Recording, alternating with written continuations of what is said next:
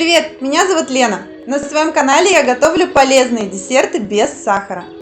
Сегодня я покажу вам, как приготовить очень вкусный яблочный зефир. Он отличается от классического зефира тем, что его можно приготовить как с легкой степенью сладости, так и очень сладким. Неприторный вариант позволяет вам максимально насладиться вкусом фрукта, который лежит в его основе. Это мой первый рецепт зефира на канале, яблочный как самый простой. Если вам по душе эта идея, ставьте лайк, и я продолжу снимать рецепты других видов зефира. Друзья, на канале моего мужа Артема вышел рецепт домашней халвы. Всего 2 ингредиента. Готовится очень легко, не содержит сахара, но при этом намного вкуснее покупной. Нежнее и мягче по консистенции. Ссылка в описании под видео. Первым делом приготовим яблочное пюре. Для этого нам понадобятся кислые яблоки. Отличный вариант – это сорт Семеренко.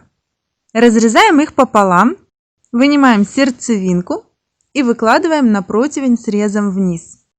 Пюре для зефира должно содержать достаточное количество пектина, поэтому для наилучшего результата готовим пюре самостоятельно из кислых яблок.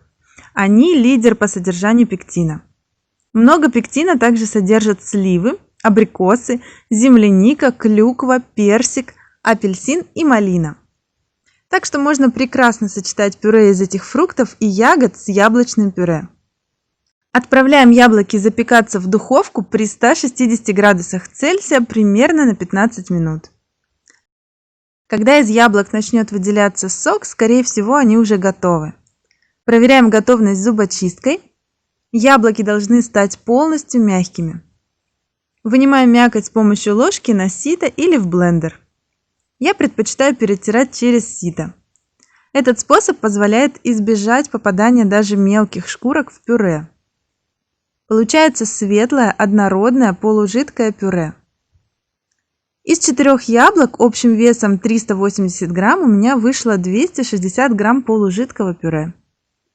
Прекрасно, что этого хватит на 2 порции зефира по рецепту. Очень легко наготовить такого пюре впрок и хранить порционно в морозилке. Это была самая затяжная часть процесса. Дальше все пойдет очень быстро.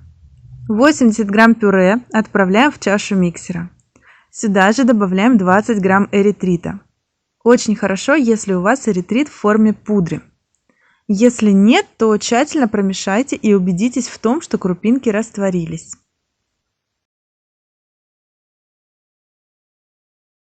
Добавляем 5 грамм сухого яичного белка, то есть альбумина, и тщательно размешиваем.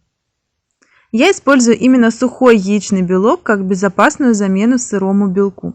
К тому же с ним проще работать, его очень трудно перевзбить. В описании указаны пропорции и для сырого яичного белка. Размешиваем. Могут оставаться комочки, это не проблема. Буквально пару минут даем постоять, и комочки разойдутся. В сотейнике смешиваем 45 грамм эритрита. Это очень важный ингредиент в зефире. Его нельзя заменить на интенсивный подсластитель. 20 грамм изомальта. У меня вот такой изомальт в порошке. Он бывает в гранулах, такой тоже подойдет. Изомальт здесь помогает предотвратить кристаллизацию эритрита. Это подсластитель с ненулевой калорийностью, и он добавит немного углеводов зефиру, но все же это здоровая альтернатива сахару. 5 грамм интенсивного подсластителя, его количество может быть больше в зависимости от того, какую степень сладости вы хотите получить. 4 грамма агар-агара, 40 грамм воды. Если у вас изомальт в гранулах, то воды стоит добавить чуть больше, чтобы они успели раствориться. 30 грамм жидкого яблочного пюре. Тщательно перемешиваем. За это время любые возможные комочки сухого белка в пюре растворились. И перед началом взбивания подготавливаем кондитерский мешок с насадкой. Также подготовьте поверхность, на которую будет отсаживаться зефир. Для варки сиропа очень желательно воспользоваться термометром. Именно так можно получить идеальный результат. Я ставлю белок взбиваться и отправляю сироп нагреваться одновременно. Белок взбивается очень быстро, а сухой белок у меня ни разу не получалось перевзбить. С жидким яичным белком нужно быть осторожнее. Начинать взбивание нужно чуть позже, когда сироп начнет закипать. Во время варки сиропа его нужно помешивать и следить за температурой. Сначала он будет неспешно нагреваться, а после 90 градусов Цельсия температура побежит вверх очень быстро. Варим на среднем огне до температуры 103 градуса Цельсия.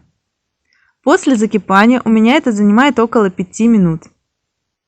Вот такая консистенция у готового сиропа. Тем временем белки заметно посветлели и взбились до твердых пиков. Вы видите, какой четкий след остается от венчика. Прерывать взбивание не стоит, можно сразу вводить сироп. Максимально тонкой струйкой вливаем горячий сироп. Масса на глазах становится еще более пышной и увеличивается в объеме. После вливания сиропа я вам не рекомендую уже долго взбивать. Я вливала сироп в течение минуты и не больше минуты взбиваю после. Особенно это важно, если в помещении прохладно. Это связано с тем, что агар-агар начнет застывать уже при температуре 40 градусов Цельсия. А нам нужно еще успеть отцедить зефир. Если есть возможность, можете замерить температуру. Я рекомендую прекращать взбивание при 45 градусах Цельсия. Это оптимальный вариант.